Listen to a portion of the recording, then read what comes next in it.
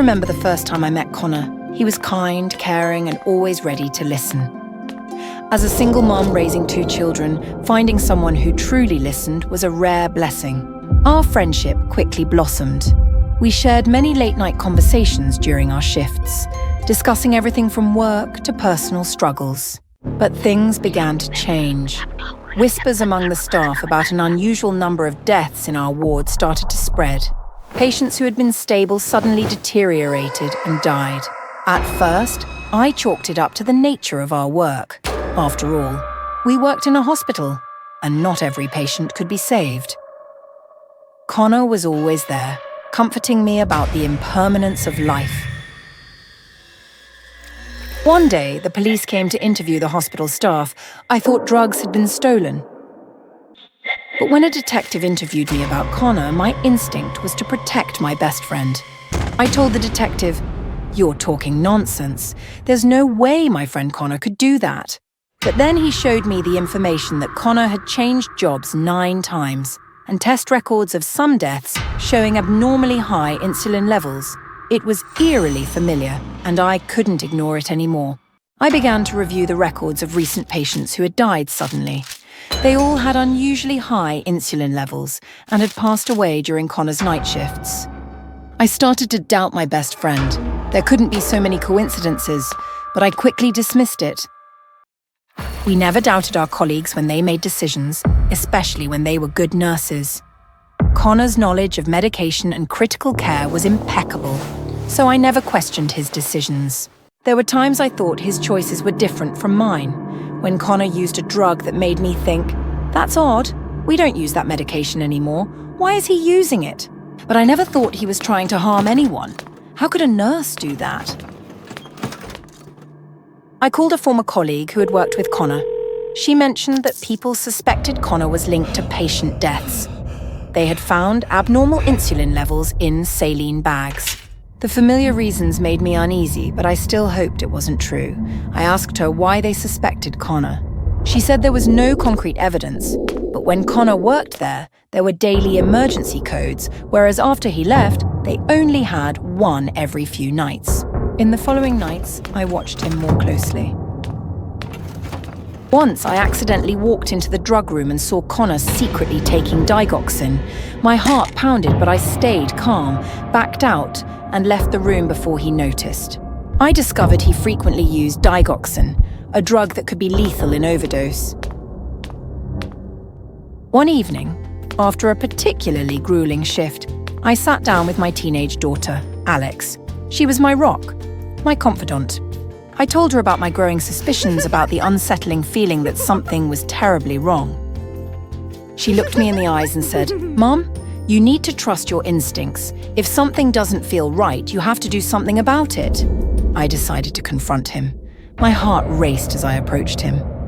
"Connor," I said, trying to keep my voice steady, "I've noticed some discrepancies with the medications. Can you explain?" He looked at me, his eyes cold and unreadable. "Amelia, you're imagining things. You're tired. You should go home and rest." But I couldn't let it go. I knew I had to act. At the hospital, I secretly switched out the saline bags to prevent any more innocent deaths. I was terrified Connor would find out. My heart stopped at the thought. I approached 2 detectives to report Connor, providing them with records of the medications he had used during his shifts. I explained to them a trick. The disposal system would stay open for 1 minute, allowing him to take drugs without detection. However, there wasn't enough conclusive evidence, and if he denied it, we still couldn't catch him.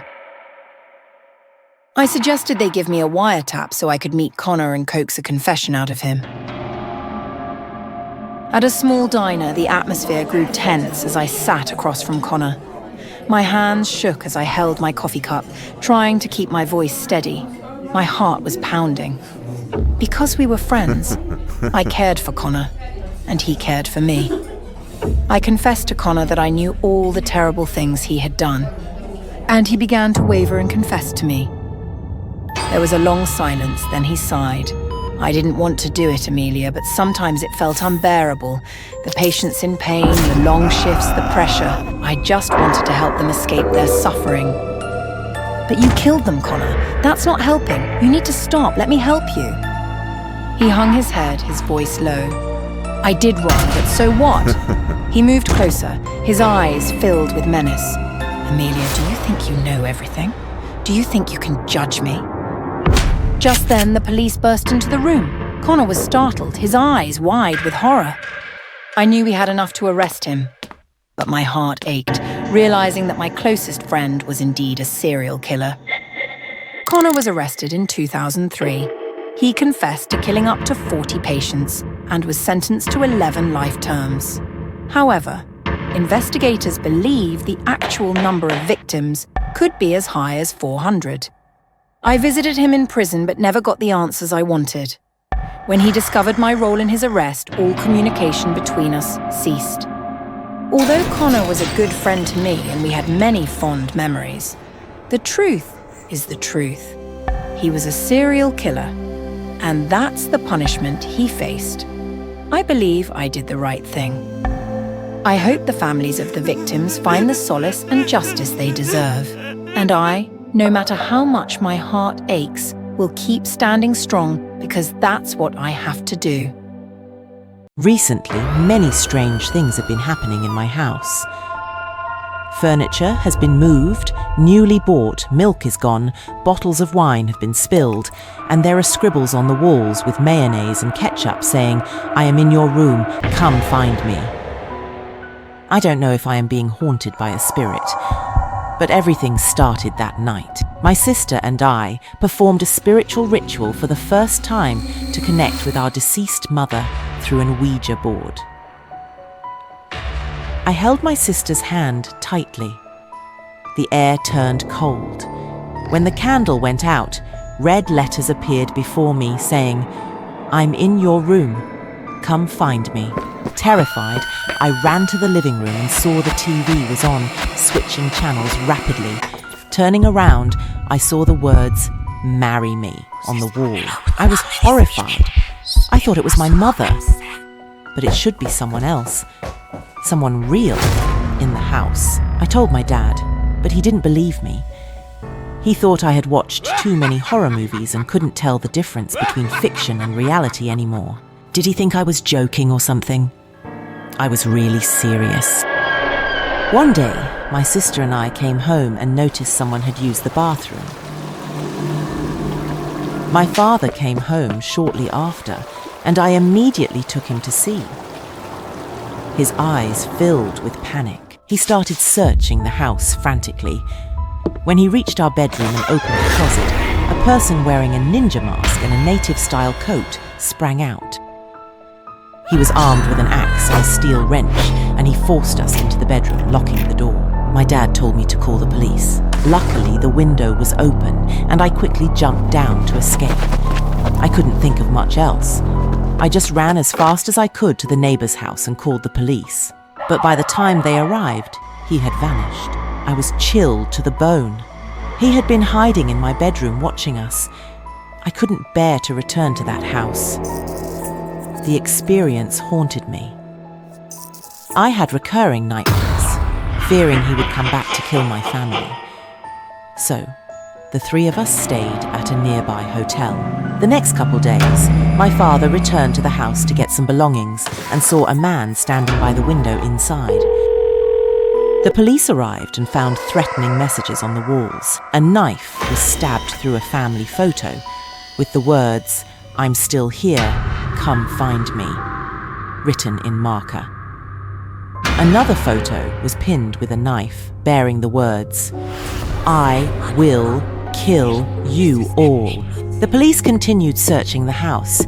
They discovered a fake wall in the bathroom that concealed the plumbing. Inside, they found a hollow space with oddly stacked clothes. The police officer pointed his gun and demanded the intruder to come out. Everyone was shocked when it turned out to be a 17-year-old boy named Daniel. How do I know his name? Because he is my ex-boyfriend. I dated Daniel during the Easter holiday, but it was only for a short time. I heard many bad things about him. Daniel was a strange person with antisocial behavior and had been arrested multiple times for breaking and entering and theft. I had a bad feeling, so I decided to break up with him. Then, Daniel had been hiding in my house for weeks, pretending to be a ghost to scare and watch my family without anyone knowing. Someone I knew was doing something incredibly perverted. I heard Daniel was placed in a juvenile detention center.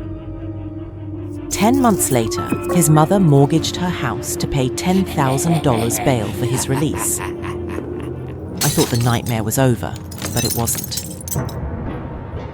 Less than a month after being released, Daniel broke into multiple houses, stealing valuables. The Gustafson family, a young couple with 2 small children, suffered the most. Daniel armed himself with a gun and approached the Gustafson home. The pregnant mother returned home with her 5-year-old son. Instead of escaping through a window as he usually did, he used the gun to threaten them, locking the boy in a closet and tying the mother to the bed, gagging her with a sock before shooting her. The 2 children of the Gustafson family were also unlucky like their mother when encountering this prick. The husband had been trying to call his wife all day with no response and rushed home. Entering the eerily quiet house, he found his wife's body in the master bedroom. He fled the house in terror and called the police, not daring to look for his children for fear of finding them dead. Fortunately, the police quickly traced Daniel through forensic evidence at the scene. They found a wet shirt and gloves he used during the crime in the forest behind the victim's house. Police dogs followed the scent on the shirt to Daniel's nearby house. However, when the police arrived, Daniel had already fled, leading to a massive manhunt. During his escape, he broke into the homes of young girls. When discovered, he fled into the woods. Later, hijacking a woman in her car, she seized an opportunity to jump out and call for help, causing Daniel to flee again. A few days later, Daniel was caught hiding in a trash can in a nearby town. My father, upon learning that Daniel had been released and caused such a massacre, expressed his anger to the media, vowing to kill Daniel himself if he were released again. It's so cruel. Even now, I'm still haunted by the thought that he's always watching me from behind the closet door. Or maybe he's secretly watching me shower from behind that wall. Daniel was brought to trial for the murder of 3 members of the Gustafson family and received 3 life sentences. I couldn't believe that my ex-boyfriend was a murderer. It's not ghosts that are scary, but humans who are truly terrifying. Do you know what it's like to be the only one who sees someone? It's like playing tricks on your own mind. I don't think I had the ability to see ghosts. Because if I do, I would have seen more by now. But no, I only see her, and no one else but me sees her. The first time I noticed her, I was walking along the bridge by myself. The bridge was desolate, just her and me. With her black dress and hair blowing in the wind, she followed behind me, keeping a distance of half a mile. I didn't pay much attention and continued living my life, unaware of what was slowly approaching me. After months of not seeing her, I saw her again in the supermarket parking lot one late night. Under the dim lights, she stood alone, about 200 meters away from me, but still too far to see her face clearly. However, with that familiar black dress and long hair, I was certain it was the girl I had seen on the bridge. But I started seeing her more frequently. Every time I parked in a large lot, I would see her peeking at me, still, in that black dress and hair blowing in the wind. I began seeing her in my neighborhood. At night, looking out the window, I saw her lurking in the shadows in the trees in my backyard. I called the police. They came to check the yard, while she stood still, unmoving, just staring at me. They walked around her, even touched her, but they said they saw nothing, not even footprints. I tried to push it out of my mind, but she kept getting closer and closer. I had dinner with friends at a restaurant and saw her standing across the street. I walked my dog and saw her looking at me in front of neighbor's house as I passed by, closer and closer. To the point where now I could see the expression on her face clearly. A bit of mascara running down her cheek. She was crying but smiling. She looked happy. Maybe those were tears of joy. Sometimes I thought it was the face of someone who had lost a loved one but was recalling the good times they had together. But sometimes, when I was in a bad mood, I saw it as the face of someone depressed, completely devoid of spirit. I couldn't sleep with her staring at me, following me everywhere. Even when I cooked, cleaned, and watched TV. I tried talking to her, but she didn't respond. I pleaded, cried, but she never made a sound, never moved, never blinked. After that, I took leave from work. I lost the will to eat or sleep. I spent my time pacing the room, yelling at the girl at the window, then crying. I cried because I thought I was insane, completely lost my mind. I had tried to build a good life, but now it was over. All because of her. Luckily, I had Poodle by my side encouraging me. I decided to ignore her, but it was not easy. Unable to sleep, I habitually looked at the window where she usually stood, but she wasn't there. I ran to my backyard to check. Nothing. I had never been this scared in my life. Where was she? The worst part was, I couldn't shake off the feeling of being watched. It felt creepy, but I thought again. This was my chance. I needed to sleep. And then I saw she was there. In the corner of the room, just a few steps away. My mind started spinning. She was in my house. This was a home invasion. I panicked, terrified, and disgusted. I ran to the kitchen and grabbed a knife. I didn't know if the knife would affect her, but I wanted to defend myself. I threw things at her, but they went through her. I had to do something. I couldn't just stand there throwing things uselessly. I ran to the garage, got in the car, and started it. At least I could get her out of my house. But when I looked back to reverse, she was sitting in the back seat. I was horrified, quickly opened the door, and ran. I ran far, but every time I looked back, she was there, keeping a certain distance, not overtaking or falling behind. Finally, I reached the police station. They put me in an isolation cell, about 5 square meters, with a small bed, a toilet, and a sink.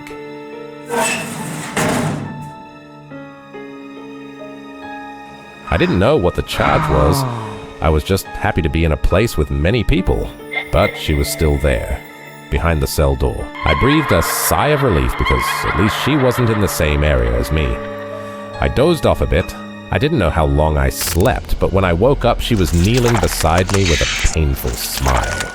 Before I could scream, she reached out and touched my forehead, and my brain exploded in a sharp pain, then spread down my arms and chest. My heart constricted, my breath shortened, and my vision narrowed. I woke up in the hospital. The doctor said I had a heart attack. Luckily, there were medical staff in the jail who saved me. And that happened about 6 months ago. Why am I telling this story? Because 6 weeks ago, I started seeing her again. She moved faster this time, more clearly. She looked angry, extremely furious, and she was holding something behind her back. I am not sure what it is. I don't care anymore. Soon I will take sleeping pills and go to sleep. I guess she will be standing by my bed when I wake up. I just feel sorry for my dog. I tried to give it a good life. I've left a message for my sister to pick it up tomorrow noon.